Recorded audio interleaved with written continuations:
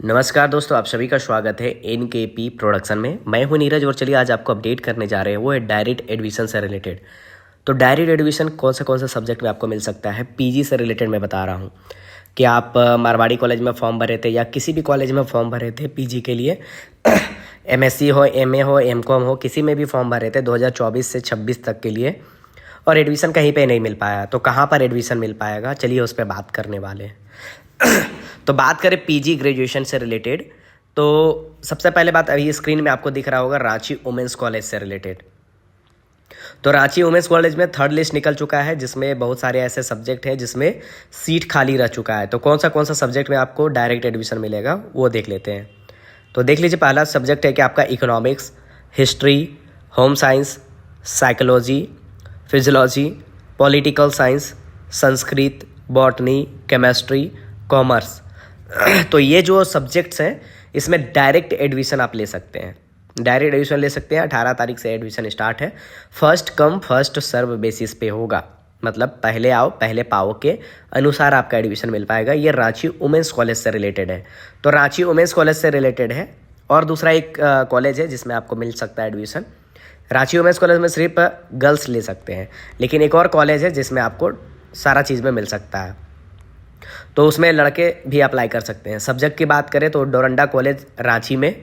Subject की बात करें Hindi, Bengali, Sanskrit, Urdu, Kurukh, Mundari, Nagpuri, Panchpargana, economics, geography, history, physiology, political science, psychology, sociology, botany, chemistry, mathematics, physics, zoology, chemistry और English.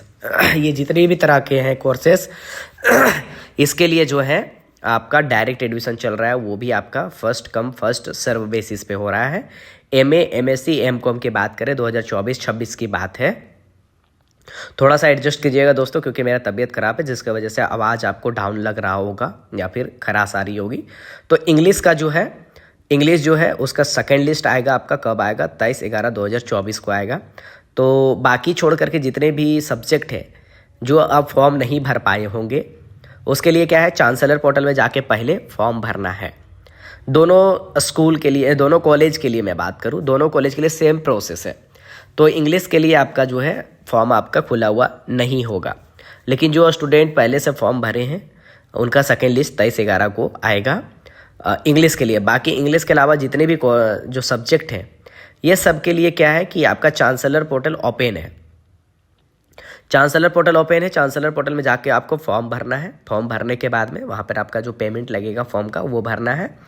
Form का hard copy निकालना है। ये मैं बात करूँ डोरंडा कॉलेज और आपका बात करें रांची वुमेंस कॉलेज, दोनों के लिए सेम प्रोसेस है कि आपको पहले फॉर्म भरना है। फॉर्म भरने के बाद में आपको क्या करना है, उसका हार्ड कॉपी निकालना है। हार्ड कॉपी निकाल करके ओरिजिनल डॉक्यूमेंट्स लेकर के कॉलेज में आना है।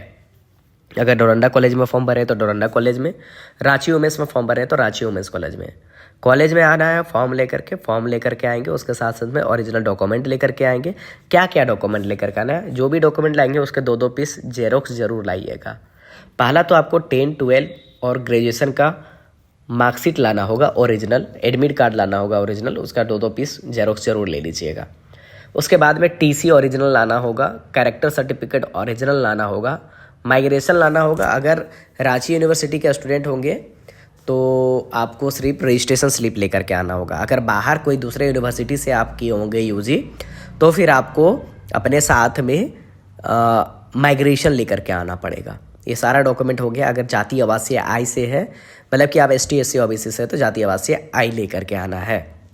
नहीं है तो कोई दिक्कत नहीं है उससे, क्योंकि first come first serve basis में है। जितना जल्दी होगा उतना जल्दी आकर के आपको एडमिशन लेना होगा। एडमिशन लेंगे, डॉक्यूमेंट वेरिफिकेशन जैसे होगा, डॉक्यूमेंट वेरिफिकेशन होने के बाद में आपका जो है पोर्टल अगर बीच में खाली रहा, मतलब सीट खाली रही, तो पोर्टल ओपन रहेगा चांसलर पोर्टल में।